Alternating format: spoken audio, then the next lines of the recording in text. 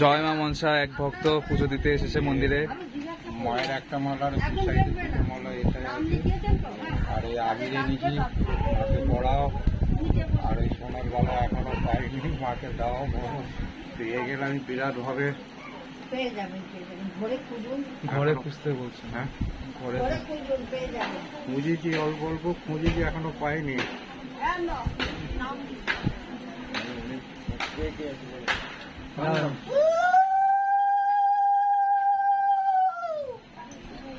আজকের মালাগুলো ছোট হয়ে গেল।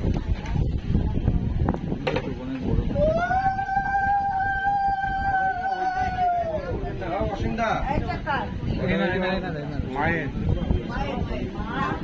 সবই মায়ের। খুব সুন্দর।